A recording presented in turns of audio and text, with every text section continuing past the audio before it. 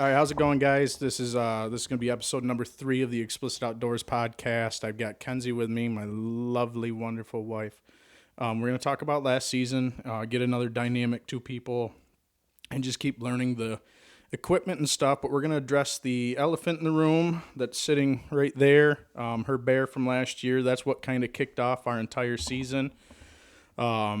Public land, Adirondack. I mean, absolute stud. You guys can go watch the video on the main channel of the film I did about her bear. How big of a pain in the ass it was. How many years it took for us to finally get successful on it. But we're gonna talk about that. She shot a beautiful buck about halfway through November. I honestly don't remember that looking And back. no, it had to have been like the third or fourth way through the season. But we're gonna start. I guess it all started. So, was it 2020? I started the film. It was about when you started really wanting to get into it. Yeah, I think the first year I really hunted was when I was pregnant with Ryder. Yeah. If you can watch the video, we set up in the tree stand, and she was so big. She was what, 36 weeks? 36 and some change. Pregnant with Ryder, and she was getting uncomfortable in the tree stand, and it happened to be about the wildest. Oh man, what was it? 28. The first night we sat out, we see 28 bears. You divide it up, it was like 8 or 9 sows, all with either twins or triplets. I mean, just bears all over the place. We started in the tree stand and had a sow and 3 cubs out there like all afternoon. And as it just got darker, but eventually she had to get down. Her back hurt really bad, and we had to go sneak into a blowdown tree. And yeah, that got a little sketchy at the end. We had some bears at like 15 yards. I don't want to be between cubs and sows, and what actually ended up pushing us out of the woods was a couple cubs come up over the hill to our right.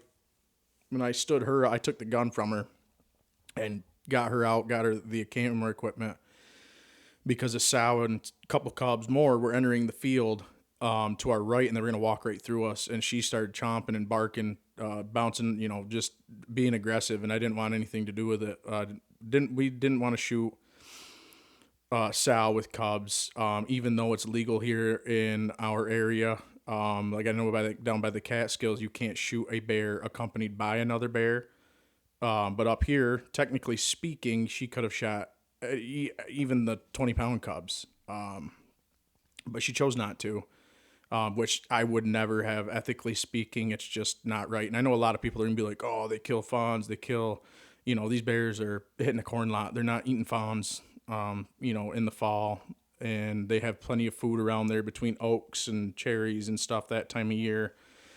I mean, someone with the right brain capacity just doesn't go shoot cubs. It's like shooting a fawn, or like that early doe season shooting a yearling fawn that might weigh 40 pounds. What are you really accomplishing other than you're just killing it to kill it, with the mentality that it's this big bad animal?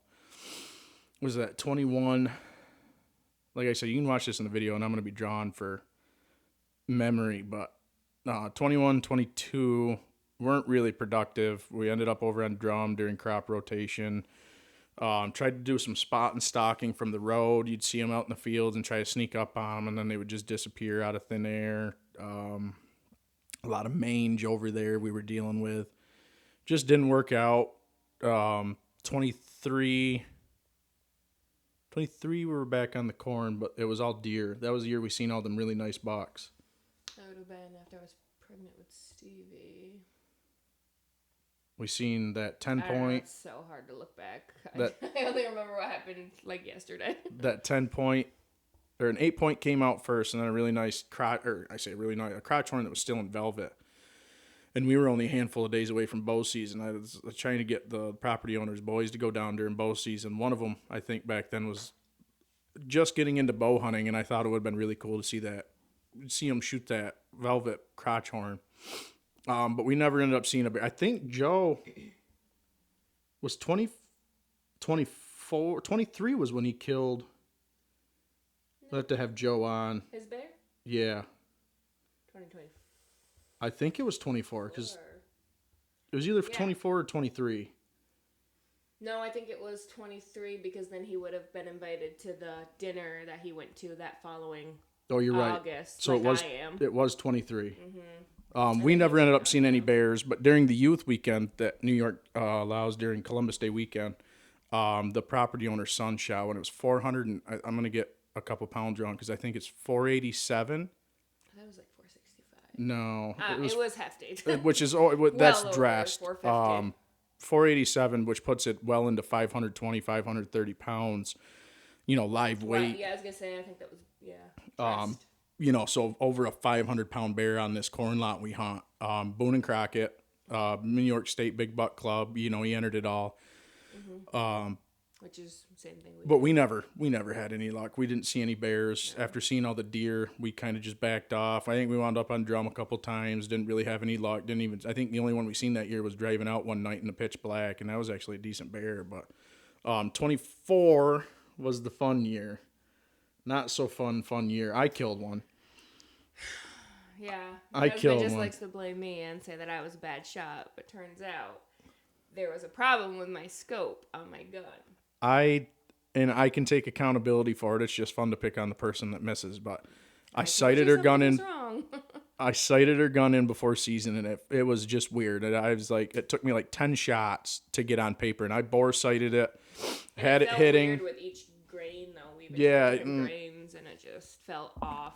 I had it on paper. It was like a 6-inch pattern. It was a Bergara 308, and I wasn't comfortable, or I don't know what I'm saying. I wasn't used to the gun. Yeah, we've never used that brand. And it was heavy, and I didn't know if it was user error or what. And I was like, I've sighted guns in multiple times over my life, and it's only taken me, a handful of shots. I got like a 6-inch out of 3 shots. I hit like 6 inches, and I was like, it's good for season. That's plenty. As long as you can put it on a pie plate.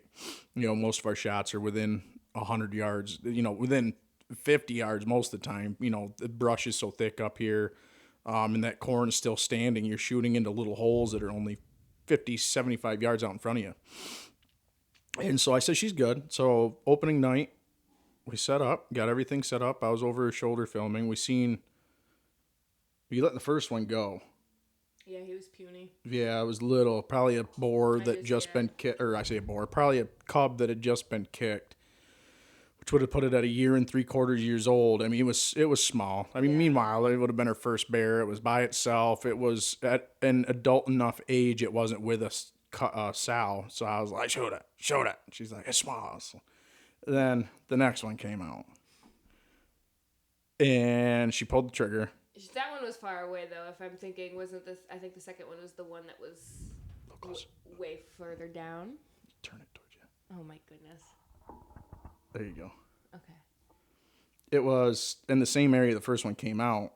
You were right. The first one probably came out like 60, 70 yards. Anyways, took a shot and missed, and then couldn't even see, I couldn't tell her if she missed over it, under it. Yeah. And then anything. He ran off, so whatever. And then I think the next one was a different day, wasn't it? So I got down. She stayed in the tree stand. I got down and had her guide me to where she had shot, and I couldn't find blood.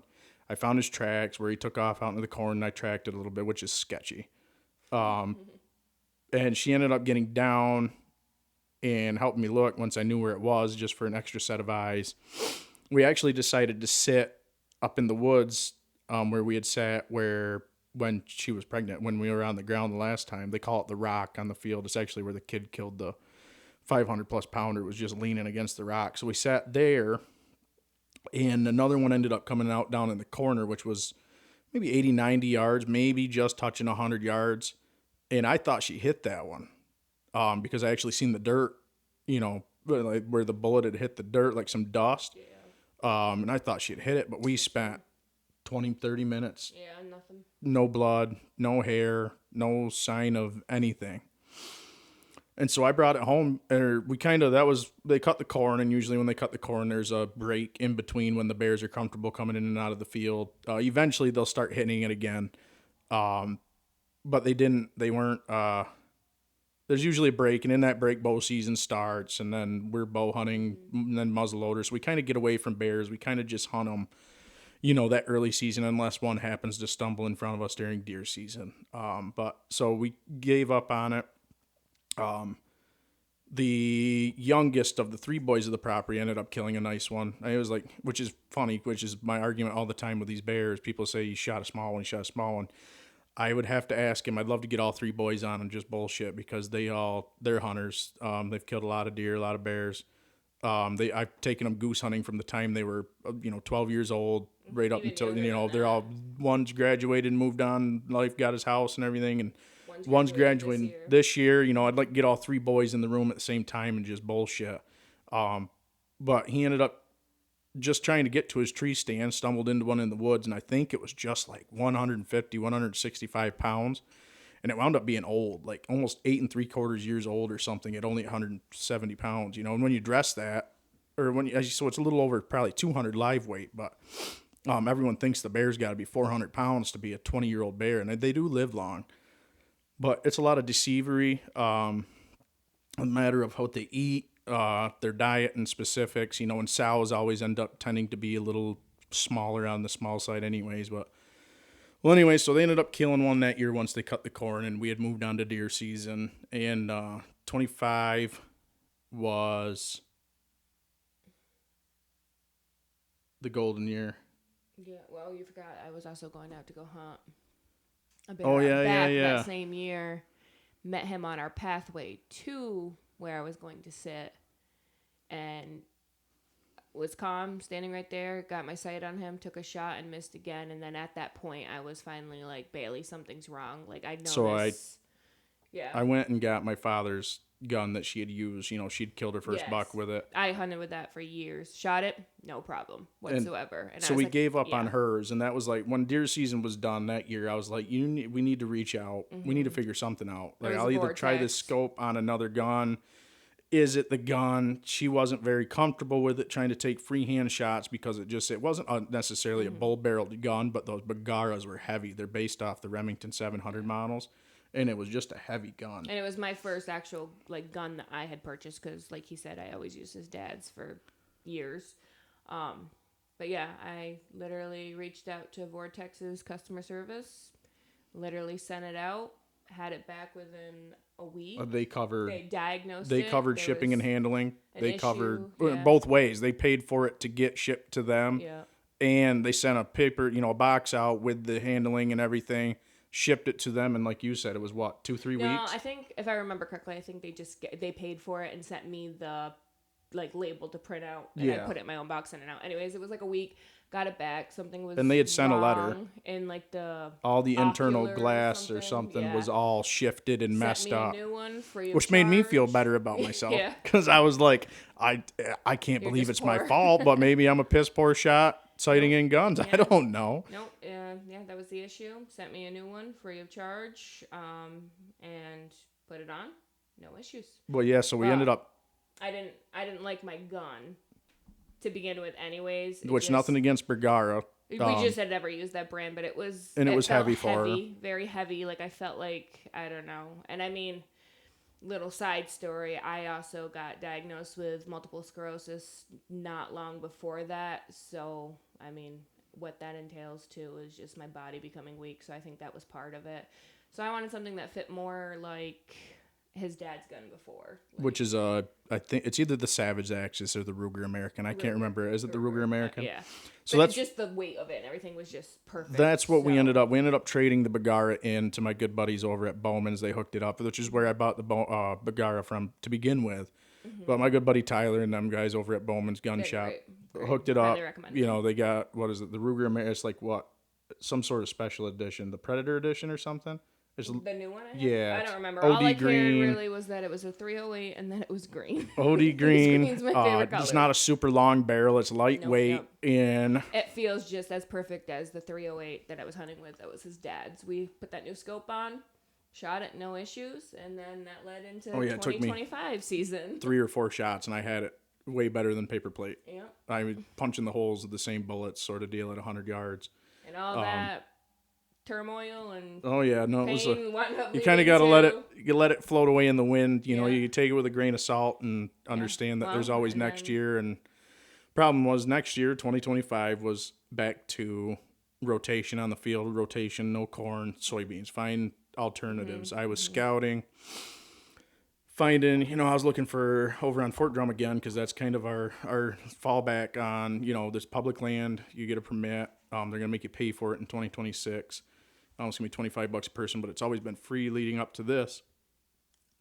And so I'm over there, hiking the country where I always see bears, big, rocky, hilly bullshit with oaks and walnuts, and that time of year they're bulking up on high protein, they're it's if you're around swamps and stuff like that, which is what everyone, it's because it's surrounded by cherries and oaks. Getting on and checking the crop and seeing how it was going to be, until I got a kind of a invite to go check out some property with a buddy, and there was some state land that was a little bit a ways away from it, but there was corn fields right there, which is, it's easy to key in on bears. All right, we're back. We took a little break, bathroom break quick. So back to it. We were just talking about what the hell we were talking about, but so 2025 season, what I can remember we were talking about was, a buddy got a hold of me and kind of had a piece of property, and there was some state land that bordered it. And so we drove out to check it out, just from the road. And there was a big ridge in the back, and on Onyx, it looked like it had been logged, fairly recently. So I was like, wow, if we can overlook that log landing, or clear cut, not the landing, the clear cut, we should be able to see quite a ways, to where if something's heading to that cornfield through that clear cut, we'll get a shot. And should have stepped foot in the woods, which it didn't matter. Dumb luck, scouting luck, whatever you want to call it. We just decided to go opening night. Got up in there, and that clear cut was about 5 or 6 years old with regenerative growth, and you couldn't even walk through it. It was so thick you couldn't see anything. Mm-hmm. So Kenzie was getting irritated with me. We got up in there. I'm not one who likes to hike and to their not being 15th cousin's house. Not have scouted before season and being able to let her know, hey, this is going to be, a half a mile. What was probably about a half a mile. More. I don't know. It was a ways up in there. It was one big ridge and down and steep, and it just. And I hate that. I do. We got up in there and we set up in the first spot. We didn't drop down into the hole because I didn't want to get too close to that clear cut, and it was just thick. I didn't like it. We spritzed a little bit, which you're allowed, 4 ounces, 9 ounces. I can't remember. I look it up every year to make sure I'm doing it legally, of vanilla or any sort of liquid scent. It can't be an edible bait, but you can use liquid scent. A lot of people use, like an apple scented smell, or we've always used vanilla extract and just put it in a spray bottle, spritz it around a little bit, and call it good. One, I think it takes care of your cover scent a little bit. It's 80 degrees out. You're going to be sweating. You're going to stink. You're going to have that human odor. You put vanilla down, which is basically a cover scent, and it's sweet. They're like, I'm going to go check that out. And so we set up in the first spot, and I didn't like it. We couldn't even see maybe 30 yards in front of us. Yeah. It was just thick. And it's straight up and down. This hill we were set up on was probably about 50 yards to the bottom. Just at 45 degrees. It was steep. Yeah, and we had a buddy we had to be considerate of too, who wasn't set up far from us. Yeah. And so I was like, I'm going to drop down in and just scout. If I can find a spot we can look out into this clear cut, we'll move and set up differently. It was still early. We left early enough to give us that buffer period to where if we didn't like where we were, we didn't like what was going on, we could fix it. And I dropped down in and I ran into an absolute cattle path that was out of sight of bear sign coming to and from. You could tell they were hitting that cornfield because their shit looks like cream of corn. So I followed that runway probably 50, 60 yards, and I could look up onto the public. And I was like, if we just move that extra 100 yards, we'll be able to look at this runway. We'll be able to see anything coming to and from or out of that clear cut. Mm-hmm. So I walked back up that hill, which and I say it was a miserable hill. And I do a lot of hiking, hunting, and stuff. I was fretting it the whole time if we shot one that it was going to have to get drug up over that hill or something, because there was no way we were dragging it through that clear cut to get out to the truck. So I went up, told her we had to move, and we moved. Sprayed just a little bit more vanilla out to cover because, like I said, it was 80, probably high 70s. Yeah. It was hot. Sprayed a little more vanilla to kind of cover our scent a little bit, and we sat for, like I said, we left early. It wasn't long. It wasn't long. was Once not we long got at to the all. second spot, had a I couple wanna squirrels say- chasing each other around like absolute ridiculously. Yeah, that's called. And I caught something moving off to our left, and I don't know, to this day it was either a bear had just snuck through out of sight, or it was a turkey. I could not see it. It was just a blur. It was dark. The woods were starting to get dark, so it was hard to tell. But right about the same time, I was, still, I spent about 5 minutes looking that direction, waiting for something to pop out or move or a shadow of something to show itself. I happened to look right, and literally looked down, right, snapped my head. Nothing made a noise because if anyone's ever bear hunted, they are the quietest.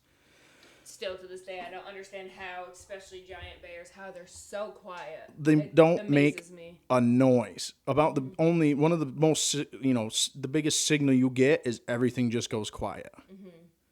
And it doesn't help because they're just quiet. They're literally the ghosts of the woods. As big as they are, they don't break twigs. They step so softly and sneak around the woods. And I looked right where I was standing, call it, I walked that runway about 20 yards before I was like, I don't want to put too much human scent down here.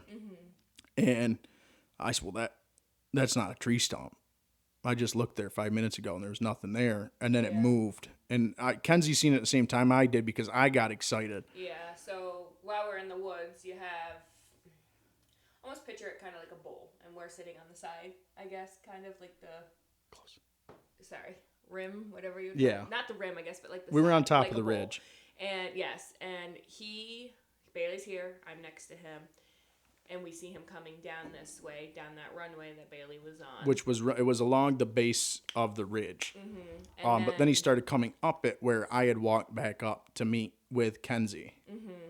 And I don't know, he was kind of weaving in and out of trees and stuff, and he was going down in, so either... Because what he did was he ended up following our track. I think so, where we walked down off the ridge to get where we were, and he was probably, I was shaky with the camera because I was trying to find him. Yes. It was getting... Well, even me just holding up my gun trying to find him in the scope, and I finally caught him on my scope, and I could see him kind of weaving down, making his way towards us through trees. Well, yeah, kind of. But anyways, down into that bowl, per se. And I was like, okay, well, I either take this shot now as soon as it's open, or I'm gonna lose him for probably 50 or so feet because he's gonna try and get down into this flat bottom and it was area, thick.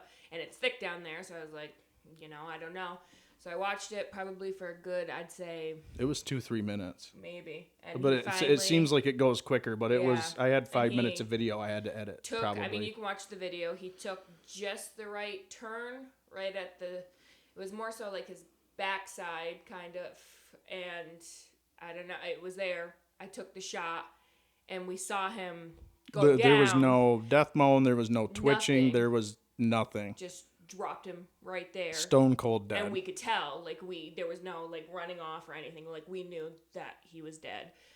And then we sat there for a minute talking. You got to collect yourself. Adrenaline, yes. You don't want to just jump up and rush the moment. You collect, you relive it, you enjoy it, you sit there and you just and I express this with a lot of people. And if you look at this situation in particular, we spent better part of 6 years trying to get to this moment, and that moment in itself lasted, the bear was there for 3, 4, 5 minutes. The moment you pull that trigger, that's the last noise that it's done. 6 years worth of scouting, hunting, seeing bears, passing shots, not faulty scopes to where it didn't work out, misses. 2 pregnancies. Oh yeah, 2 pregnancies, limited time to be able to hunt in those years and in that moment. And that's why I like, even at our hunting camp, they want to get the deer gut. They want to drag it out. You always get those pictures where no one's taking their time to take the picture. Just calm down. Take 10 minutes. Take it in. You know, take it in. Relax yourself. That's probably statistically, I'd have to look it up, when most accidents happen because people are too excited. They don't put their safety back on. Yeah. You know, just enjoy it. You know, you spent so long waiting for that moment. Why rush it and ruin, the moment itself by just trying to hurry up and get out of the woods? You know, we were in somewhat of a rush because, like I said, it was almost 80 degrees, and we're a half mile in the woods in nasty terrain. Yeah. We're gonna have to get this bear out. Mind you, this bear, she shot it in probably the very best spot to shoot it. Yeah. It was the only little shelf on this ridge. It was like a little bowl, about halfway down, or not even, about a third of the way down. So all we would have to do was drag it up a third of the way, and we'd been on this big flat plateau of red pines. And I mean, it would have sucked dragging it regardless. All bears suck to drag, but it didn't work that way.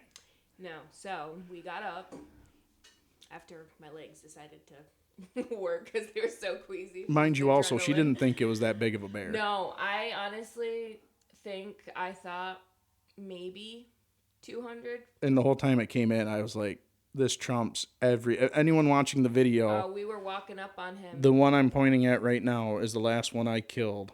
And hers could probably fit inside of her, Maybe. Mine could probably fit inside of her mouth. This skull is It made New York Big dry. Buck Club. Yes, it did. But it had to dry for what? 60 days. Before we could even get it measured. So, I mean.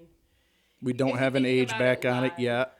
We'll have to update the podcast soon, and stuff yeah. when we do get an age. But the molar is at the wherever it's supposed to go. You ship it out. Yeah, we're just waiting for that. And I got invited to dinner for The Big Buck Club and all of that. So that's sometime in August or whatever. But anyway, so I mean, I was comparing it roughly to the two bears that you had shot in the past. So I'm thinking in my head somewhere between 250 or 250 maybe. And we just kept walking up on him. And I mean, you can see it in the video. I just kept going, holy shit, Bailey. Like, kept getting bigger as we were getting closer. Literally. And I was like, and then, then the thought dwelled on us, how the F are we going to get this thing out of here? Because the terrain was rough. Luckily, like we said, we had a buddy not far from us. He was already texting us, was that Kenzie? Yeah. And so we were like, and it was close enough to be in. Over here and help drag this thing. Yeah, it was close enough to be in the end of the night that we, Yeah. he actually got down, come over. So we spent some time. I didn't get as many pictures as I wanted to because, like I said, there is it was getting dark, and there is sort of a rush to get bears out because you don't want that fat to start saturating into the meat because that's where you wind up with that gross taste to bears if that fat starts to soak in. So Jason got over there. Yep.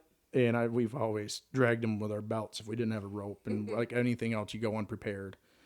So I put my belt on it. Jason put his belt on it. And we went to go that we were going to get it the rest of the third of the way up the hill to where we thought it would be a lot easier to drag. Well, we went one pull and his belt snapped. And when his belt snapped, it was like tug of war when the other team lets go of the rope. When his belt snapped, I almost went with the bear, but he went the rest of the way down the hill. Tumbling. And there was no way we were going to end up getting it back out of the hill. Up that hill. Like I said, it was steep. We were at the best situation, and then it turned into the absolute worst. Mm-hmm.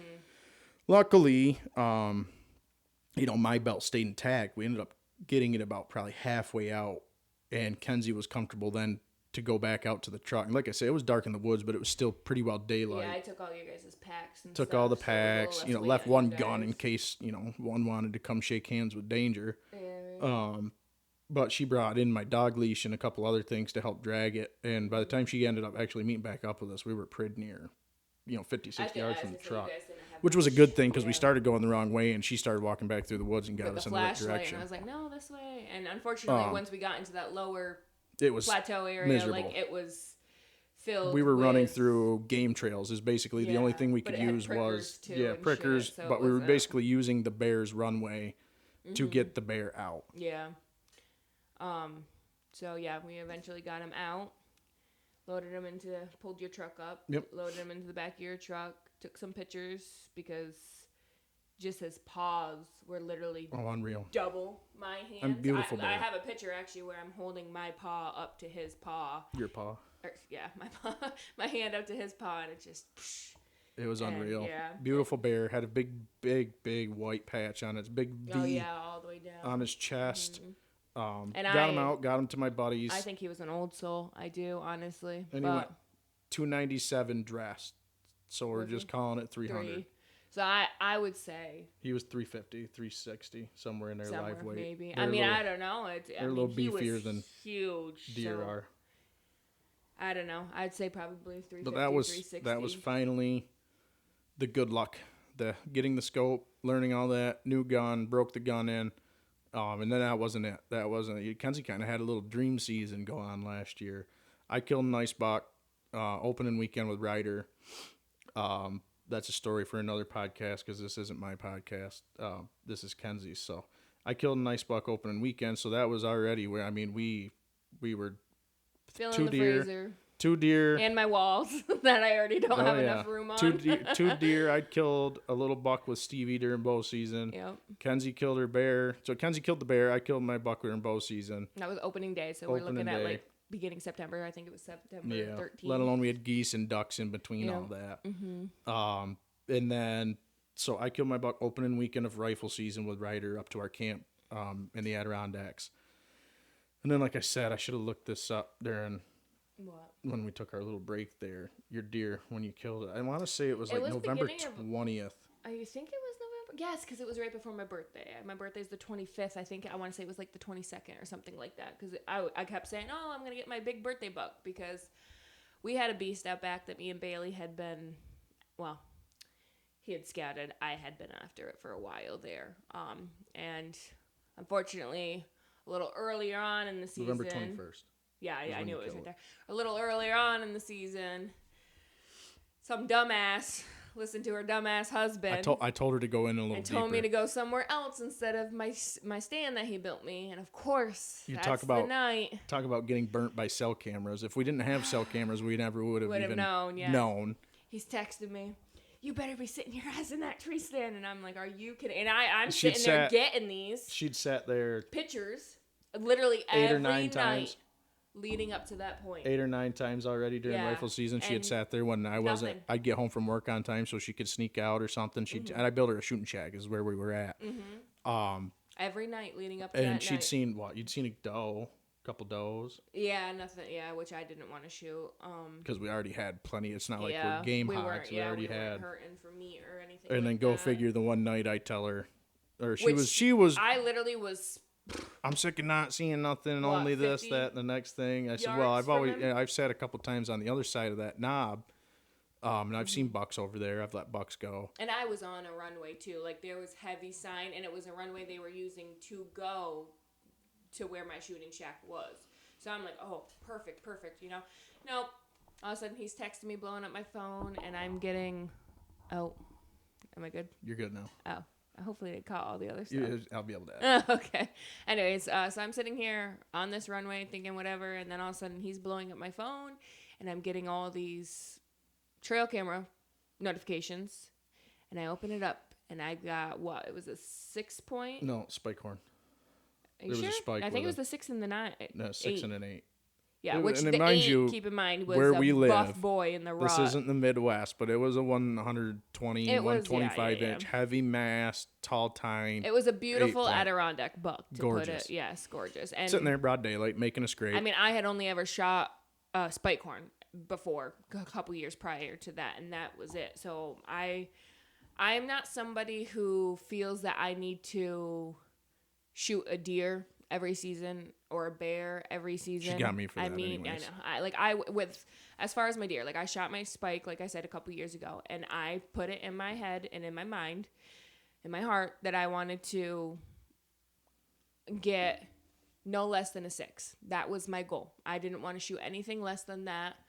And obviously we did all the scouting, put the time into plots and things like that, and so she had went some out, beautiful bucks.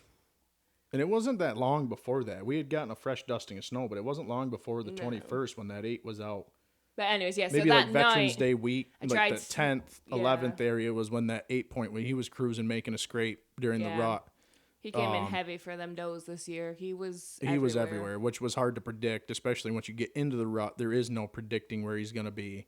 Before season, I knew where he was coming from, but it wasn't on our property. It was just a matter if we got him at the right day. But I mean, and we're lucky enough that our property connects to his grandmother's, and then it connects to his parents' house. So we've got a lot of land. Yeah, for we've got him enough to mess with, be able but to track him. we got to do a little betting management. Yes, they're betting on property we don't own because they logged the hell out of it here a couple years ago, and all the main betting is on that property. But anyway, so she had that 8-point out there, didn't get a chance at. She tried sneaking up over the ridge, and I blew him out, unfortunately. More like a but soft bump. It wasn't night, anything crazy. So... It wasn't like he was blowing or anything. He just kind of trotted off. Probably the best case scenario of bumping the deer off. Yeah, he came back later that evening. We caught him on trail camera. I would say that chasing was does all night long in that corner. But then, like anything, if they're in that area, you better be in that area. And what happens is they run 3-4 days and then they disappear. Yeah. And he disappeared. I ended up getting his sheds, but he disappeared. So then it was the 21st. I don't know if it was that Sunday? I got home from camp and said, you better go sit. I think it was because I had a guy from Facebook Marketplace coming to buy some TVs off of us, and I literally had just shot my deer, and I was like, oh crap, let's go meet the guy. Yeah. I got home from camp and it was snowing. It was snowing that morning. I came home from camp early and I told her, I said, you better get your ass out there. Like it's like a rush rain up here. You get fresh snow. Yeah. Like that. Like, and it wasn't going to dump like 8-10 inches where they're not going to move. It was a light snow where it's just going to get them on their feet. They're either going to feed or they're going to go search. And I told her, I said, you better get out there. And she's like, where do I go? I don't want to go sit in my stand. It really wasn't. After just that 8-point left, it was dead. It was a ghost town over. No cameras were sent. Late at night, you'd get a doe would sneak through and eat in the food plot. Other than that, it was a ghost town. I said, these spots have always been historically decent during the winter. We don't winter a lot of deer on our property. They yard up here. They'll migrate 10, 15 miles. So once we get snow, if we get a lot of snow, they'll disappear. But these light dustings, we still, they don't get scared and run away. I said, hang to the left, go down off this ridge. I said, there's always been a decent runway down in there. And that's where, so she snuck down in. So during October, he goes away every weekend for about 7 weekends to his hunting camp. And I'm lucky enough that my mom lives right next to us. And his parents, like I said, live right through the woods. So I had a pretty good built-in babysitter for me to be able to go and sit while he was gone during the weekend. So I had actually sat not too far from where I had shot this buck. Last year, I guess, technically. So I had already got a view of the area, so I knew where some of the runways were. So that night, I had already sat on that ridge. Obviously, I had already sat in my plot, in my hunting shack quite a bit. I was like, all right, I want to try something different, but I want to kind of be by a runway. So I went in and I just sat up against a tree, and I had a runway to my left and a runway to my right. And we had a trail camera actually near this. So as this buck's coming in, I got the notification for it, but I had no clue what it was. I seen the notification pop up, but I didn't see we've got, like anybody else, your trail camera's labeled. Yeah, and I think you were cooking, so you weren't paying attention in the house. We had a mini microburst, didn't affect anything except for this stupid playground that I had built taken half the summer lining up. It was a Sam's Club kit playground.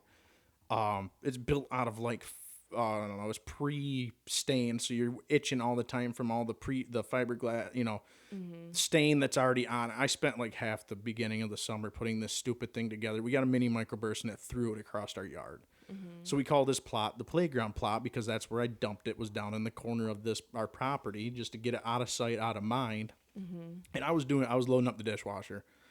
And I looked over, I seen the notification, didn't see where it was, just trail camera notification, which about that time is when we get a lot of check-in photos for the afternoon. You just get your check-in. Yep, your camera's still working, here's a picture. So I didn't think nothing of it. Seen the notification, whatever. My hands are wet. Rinsing dishes, getting them put away. Yeah, I'd say it was a minute later that he made it from being in front of that camera to in front of me. And when he tried to describe it. So I'm sitting here, he's coming in off this plot in through that runway that was to the left of me that I said I wanted to sit by. And at the same time though, I could almost feel for all I know, it could have been squirrels because Lord knows they like to sound like deer. Something off to my right as well. But anyways, so I'm watching him come in, and it's kind of dark, but I can see that it's a buck. And then when he gets literally, I'm talking 50 feet from me, if that, like, he was close. 20. Yeah. Like, I don't know how, you must have had just a brown blur in your scope when you pulled the trigger. I don't know. But anyways, I literally pulled him up, and I just had to, and I'm sitting there holding this gun, and he's staring right at me, and I'm waiting for him to take that one step so I can get right there behind his shoulder. And he does. He goes to take that step to walk down the rest of the runway. Bang, shoot him. And I taught her well. He ran, picture perfect shot. what, 20 more feet? Not even. Fell. Literally ripped his hair off falling on a stump. Scalped himself. Like, literally skinned him. Off his ass. Scalped a huge chunk of hair off his ass. So then obviously I FaceTime Bailey. And she was bald. I see the shaking. That's when it clicked, was when she called. It was almost weird though, because there's 40 minutes of daylight left. What is she doing? I had more adrenaline and more, I don't know the word I'm looking for, but I almost cared more about getting the deer than I did the bear. Like, don't get me wrong, I cared about both of them, but it's just, I don't know.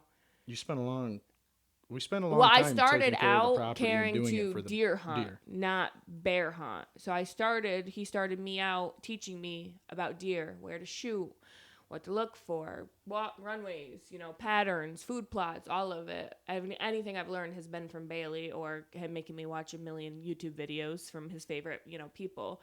And then I slowly grew into bear, and he's still trying to get me in on turkeys and geese. We're not there yet, but maybe one day. Turkey specifically. Yes. But anyway, so yeah. So I called Bailey. He loaded up the kids, drove literally right out back. I'm not even joking. I wasn't that Died far right on the trail. Makes it nice. Like so being spoiled. Whatever. And we called, some of our favorite people and told them blah, blah, blah.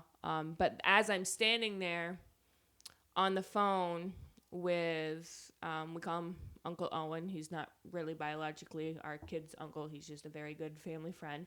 He was the second person I called because, he's been a big part of my hunting journey too. He's actually the one who bought me my first 90% of my hunting trips are with him. Owen. He's actually the one who bought me my first set of. He's the one who got me hooked on Vortex because he bought me those the binoculars for my birthday one year, which then I was like, oh, I love these. Let's try out a scope. And I'd always been a Leopold guy. Yeah. Up until but now I think I have him on Vortex following now. My father. Yes. But I bought a Vortex for my rifle I'm building right now because I didn't care for Leopold's optic on their low power scopes. Yeah. No complaints there whatsoever, especially the customer service, like we said before. But no, anyway, the Vortex knocked it out of the park. But as I'm on the phone with him, waiting for Bailey to get out there with the kids, something else ran off into the woods where I thought there was something coming in on the right. Which, mind you, a couple days earlier, could have been a doe. That 8-point was fighting the 6-point she shot. That was... Well, I was calling. I called this deer in. I did. I used where both they a were doe fighting was bleat probably half a and mile I used away, a buck because I was thinking, okay, maybe if I'm using a doe bleat, maybe bring them in. Yeah, maybe whatever. They're and not then a nearly buck, as fun as maybe they turkeys, want to but... mate, like whatever. So I was kind of doing a back and forth call between them, but not overdoing it. I try and put quite a bit of minutes between it. And I think I had shot that one, and I hadn't made so much noise because I literally shot him, called Bailey, and Bailey was on his way out, and then I was quietly on the phone with Owen for not that long, and then we're gonna have some company. Yep. And then I was quiet until Bailey was on his way out there, so I could hear everything around me, and I think it was a... What are you doing, mister? Mom. What?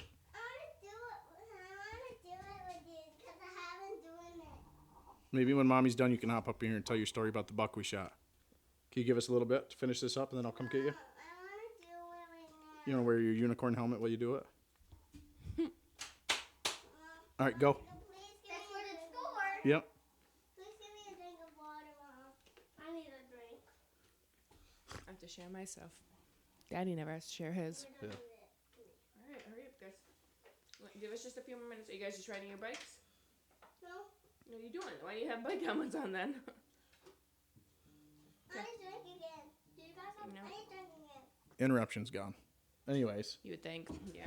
They may not They'll be back. 10 minutes. Anywho, where was I? Anyways, I was saying how I could hear off to the right of me, and I think something else was coming in, whether it was a doe, another buck. Or I don't know, because like I said, I use both doe bleat and a buck grunt to call them in. So I could have attracted You never either know. or in, honestly. That's the perk of blind calling is I always wait till like that last 40, 45 minutes of light. And I'll let a few grunts out, especially during the rut, because you never know what's just out of sight, maybe bedded or cruising through that you don't see. And then I go every 20 minutes, and and we get a half hour past sunset here, so that last half hour I might do it a little more frequently. But you never know. I've called 2 bucks in. I shot one. She killed that one this year, and blind calling, it's hard to justify whether you called it in or not, but the odds are increased if you attempted at least. Yeah. If she hadn't called, that deer may have walked a whole different runway and gone a different direction. But because she, tooted on the ground a little bit, he changed his whole mindset, and this is the direction I'm going. But it ended up being a nice little 6-point. Not an absolute true giant, but her first buck that was like doing it on her own, going out scouting, understanding what deer are doing. And if you say taxidermy to me, I'm gonna say yes, go. There's no stoplight for it. I don't know. I wouldn't have cared if it was a button buck. We'll get that fucking thing mounted. Yeah. So we got the bear back, waiting on the bear's age, and excitedly awaiting for her buck, and quickly running out of room on the walls. Taxidermy. Yes, I know. He's supposed to build. And I got a brook addition, trout in the so we have freezer. more room.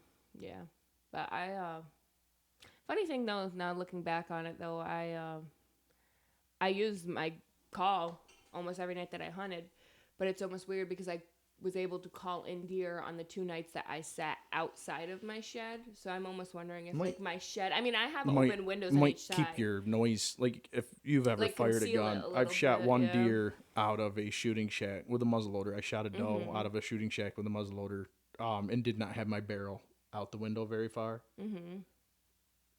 It's like shooting a pistol. Yeah, like conceals it, like it's You weird, hear even every with the windows. ounce of that gun for the next 10 So years I'm of your almost life. curious if Like if you shoot a pistol that's without why I had headphones better on, luck on the or nights that I was out and earmuffs open. on, Yeah. it is loud. Yeah.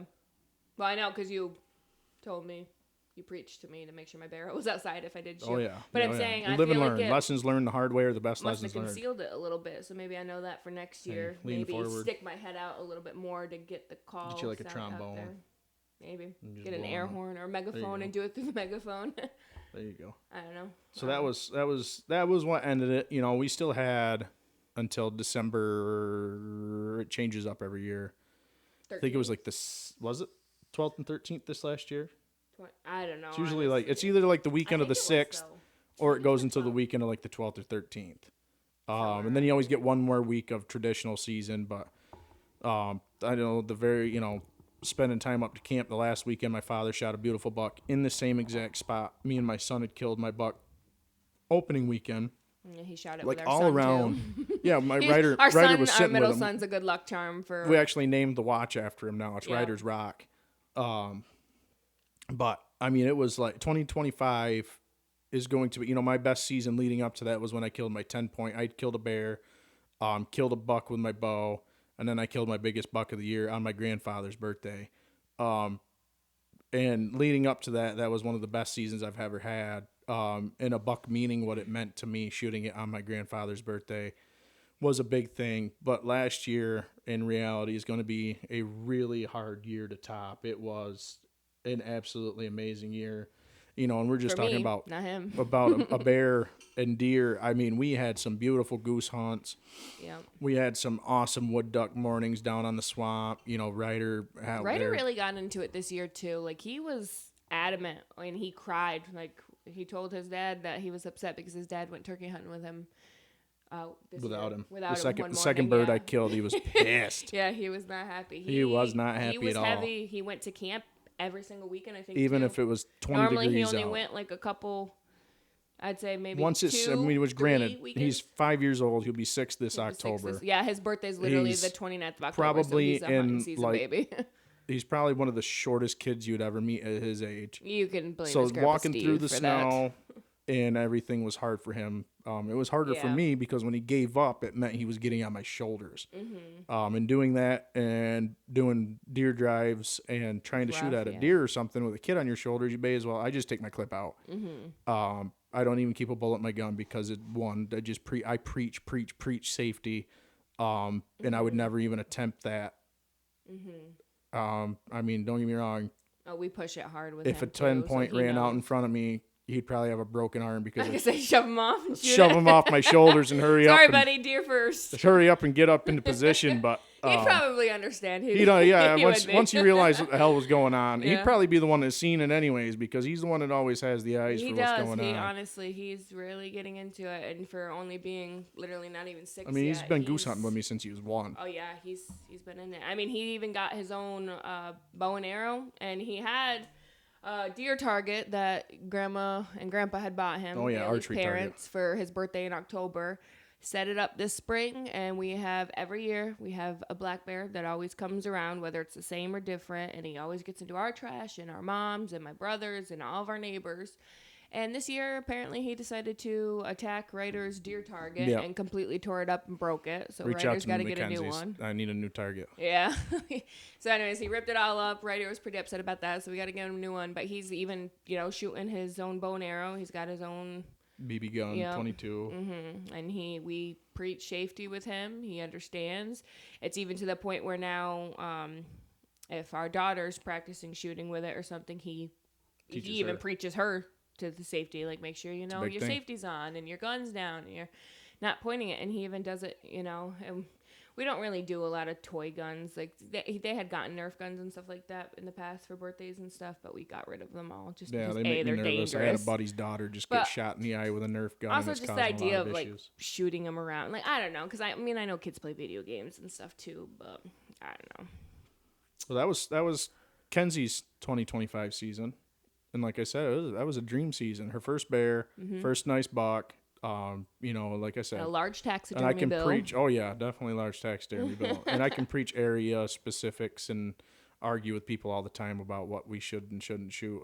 My biggest thing, and I'll never judge anybody on it. I'm guilty of it myself. Like we're about to tell this story once Kenzie gets out of here. Stevie wants to get on, Yeah. and we'll tell that story. I've killed a lot of deer, and I've been I've been letting a lot of 2.5-year-olds, trying to aim for that upper class. It had been 4 years since I killed a buck when I killed my 10 point. To where last year when I had Stevie with me, and like I said, I'll tell this story in a minute with Stevie on here visiting, I shot spike horn, and I don't care. Like any guest that comes up to our camp, they're on our rules.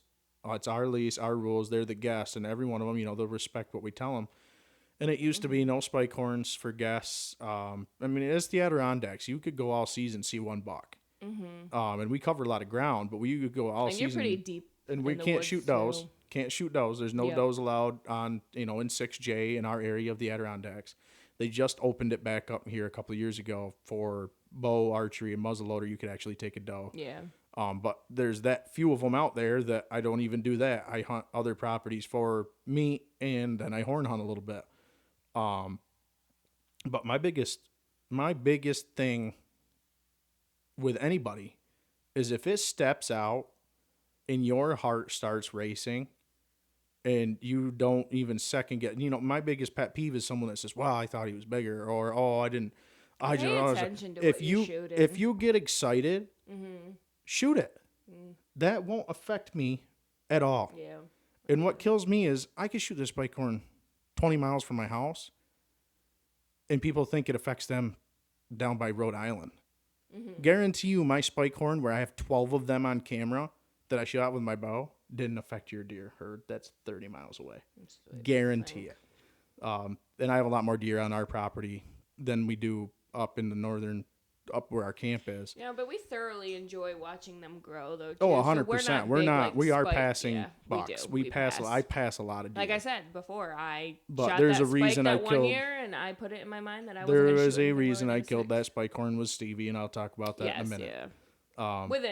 Yeah. Oh, 100%. Yeah. From there on, it's like Kenzie said earlier. She shot her spike horn, moving up. You move up. You progress Now my as a goal hunter. is an 8 or a 10.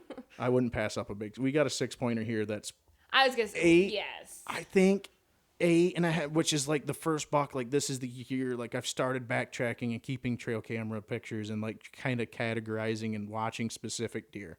Usually I just go year to year, pick the biggest one, and say, all right, these two this 8-point, this 10-point are our targets. And then the rut comes and all hell breaks loose and you'll get some monstrous thing that gets you all excited and the whole 9 yards. But I have noticed after looking back and trying to work on some different videos, I have a 6-point local. It is not huge. It's tall. And this last year he put a lot of mass on, but he's still a 6-point. Probably 200-pound deer, 220-pound deer with live weight. When she said she shot a 6-point, I was hoping it was that one. I have his left-hand side shed from 2 years ago. But I shit you not, I've had him since 2020, which this year, as a 6-point, so he was probably 2.5 in that picture. And he's been a 6-point, tall, tight 6-point, same exact antlers so this next year will be, or this fall will be 26. So that's 6 years on a 2-year-old deer. So he's 7.5 or 8.5 years old. We've been pretty good at keeping most of the same deer in this general area and watching them grow over the years. Yeah. Like we literally have trail cameras from pictures from way back, and we've been able to compare them. Like Bailey literally will find a shed and he'll be like, "Oh, Kenzie, this is the one from this year at this time," and literally pull up the trail camera footage and stuff that he still has. And it's actually pretty interesting to watch how fast they grow and what they grow into. Mm-hmm. This cord is not on my side today. It's like pushing it. Well, we can call her there if you want to. We got her pretty well covered. Yeah. Well, before we end, though, I do want to give a shout out. If you're in upstate New York, see our buddy Cody and Torsha. There you go. At Bare Bones. He not only did he the first. Yep, he does. He boils skulls, cleans them up, all that. But he did my spike. He did that for me and did a Texas mount for me. And then he did my bear, because we had to get that cleaned up fast. Bare Bones Creations out of Natural Bridge. Yeah, he's got Facebook. Bear Boner. Yeah. I think it's just Bare Bones. B-A-R-E, not bears like these bears. Yeah, B-A-R-E, like bear. bear skin. I'll put a picture for people that are watching. I'll put his thing on the. Yes, he's got his number and all that on there. But you better pay me for this. Right, advertisement. This is unscripted. But yeah, no, he's the one who did this. My bear skull here because it needed to be cleaned up, and then we needed to let it dry for that 60 days, and now we're just waiting for the teeth, and then go from there. Our dinner in August for where September, I get my certificate. No, I think it's August. Oh, that'd be cool. Before I think I get a certificate. I'm gonna be mentioned, possibly a picture in their book, the New York State. Mm-hmm. The record big book for 25. Yeah, record book. So I want to get a copy of that, and then we can also even bring my mount to this event. And you can check the video out on Explicit Outdoors YouTube. And also we use our taxidermist. Film, not video. To give them a shout out because well, I've never used the other one, Greg, but Joey Durham. But we use Joey Durham out of Fine Star Lake area. He did These my bear and he's got my deer, and I mean, we've used them for years. Pay me for these ads. Yeah. All right, we're gonna kick her out and get Stevie in just to add another. I'm not cool enough anymore. Another 5 minutes onto this podcast. Just try to break an hour. You want to go get her for me? Talk about yours. Love you. You better give them shout outs. Love you. Eat your fucking chicken. Get out of here. All right, everybody. This is Stevie Stew. Hi, Stevie. Hi. What's tomorrow? We killed our deer. No, what's tomorrow? Don't know. What do you mean you don't know? What's tomorrow? What are we doing tomorrow? You say it. It's your birthday. My birthday. How old are you gonna be? 4. 4. So you were 3 years old last hunting. This is comfy. Yeah. Stay away from it a little bit, like this far. Remember. So what did we do last year? What did we do? I can't hear my speak, Dad. What? I can't hear my speak. You don't hear you. You hear me. Put your headphones back on. Dad? Yes. Dad? What? What are you doing? We're doing a podcast, honey. What did we do? What did we do last year? We go hunting together? Can you give me some water for a second? Yeah, we can. Did we go hunting last year together? Thanks. You're welcome. That's gross. Good? Better? All right, did we go hunting last year together? Yeah. We went bow hunting, didn't we? Yeah. And what happened? We killed a deer. We did. Were you excited? Yeah. What was it? Was it a buck? Yeah. Spike horn? No. No, what is it? It's bighorn. Yeah, spike horn. So it came out. Where did it come out? It come out to our left, didn't it? Yeah. Were you waving to it? No. No, I thought you were waving to it. Did you see me wave to it? I did see you wave to it. And then it ran off a little bit, didn't it? It was out in the food plot. Yeah. It was rainy too, wasn't it? It was rainy. We were set up in the ground blind. We were eating snacks and drinking juice boxes. We were having fun, weren't we? Yeah. Did you have But a good what if time? What if we have chairs though? We did it. We had chairs. We were sitting in chairs, being nice and comfy, weren't we? Yeah. Yeah, playing on the phones to keep us busy. Then what? Then that buck come out. Did I shoot him? Yeah. Were you super excited? Yeah. When I looked over, you were shaking. Were you so excited you were shaking? Yeah. Yeah. So then we what? Then what'd we do? I shot him. He ran off. Then what'd we do? We went and got Mommy and Ryder. Yeah. And he smells so stinky. He was stinky. Yeah. Stinky deer buck. Yeah. And we went and got flashlights and we blood trailed him down off the hill. Went and picked him up and took pictures. It was Stevie Stu's first deer hunt and her Yep. first deer. Yep. Now we're doing that, and then You went and sat with Mommy a couple times too, didn't you? Yeah. In the chilly snow though, wasn't it? It was cold. Yeah. Yeah. Me and Ryder were making snowballs, but we can't though. No, not anymore. They're all melted, aren't they? Yeah. That's crazy. But how'd you build this whole world? I don't know. What do you mean whole world? Yeah, the whole world. I didn't build the whole world, honey. God did. Then how did God did? Yeah, you have to read the Bible, honey. You snap How his did he fingers. make windows and TVs? That's manufacturers and factories and inventors built all those, honey. No. We're talking hunting. We ain't talking about no windows and TVs, goofy. So we went duck hunting too, didn't we? Yeah, you're right. Yeah, I am right. We went duck hunting. You went with Can Ryder. you give And me some more water? went with Josie and Ryder and who else? Mommy. So that was it, huh? You were all excited to go hunting. We killed our first deer buck together, and now all she does is she asked to go hunting. Last night she asked we go we went rabbit hunting together too, didn't we? What? Yeah. And we got truck stuck. Who, Grandma? And What? we got truck stuck, didn't we? Mommy. Who's Grandma? What grandma? You said Grandma. No, we went rabbit hunting.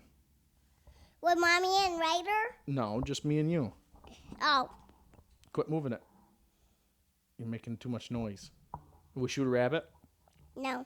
Yeah, we did, goofball. We shot when Willie was running it, and we shot him. I didn't want to shot him. You didn't want to shoot him? Well, you asked me last night when I was in the bathroom. She was underneath the door talking to me. She wanted to go rabbit hunting last night because at nighttime it's easier to shoot them with a flashlight. I don't know who taught her that. That's probably Uncle Owen, huh? Yeah. Yeah, Uncle Owen taught you about flashlight hunting? Yeah. Oh, we're going to have to Uncle have... Owen has a house with a whole flashlight. Yeah, we're going to have a talk with him. That's not good. You can't go hunting with flashlights. Yeah. Yeah, that's bad. But what do you think? Call her good? Should we end her now? Can you say goodbye, everybody, and thanks for watching? Goodbye, everybody. Thanks for watching. And listening. What? And listening. Say, and goodbye, everybody, and thanks for watching and listening. Bye, everybody. Thanks for watching and listening. All right. Happy early birthday, Stinky Stu, and thanks for joining me. You're welcome. Love you. So that's it, guys. That's the end of it. Stevie Stu wants to go bear hunting in June. That was Kenzie's dream season. Her big bear, nice buck. Mine and Stevie spike horn story. And that just goes to show I lit that fire under her. She just wants to hunt. She wants to go, go, go. She asked to rabbit hunt last night. Now she wants to bear hunt in June. That's why I shot it. I let that buck go twice.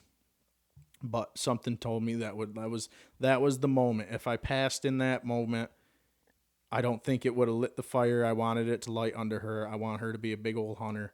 So she's excited constantly now to go hunting, and that makes me so proud and happy to be carrying on that outdoors tradition. So hope you guys enjoyed. I'm going to cut her out now. Got a little bit of editing to do, some pauses and stuff in here. So it'll give me some training, something to work with, and a little bit of a longer form podcast for you guys to enjoy. So thanks for watching. Stay tuned. This is the Explicit Outdoors podcast. Have a good one.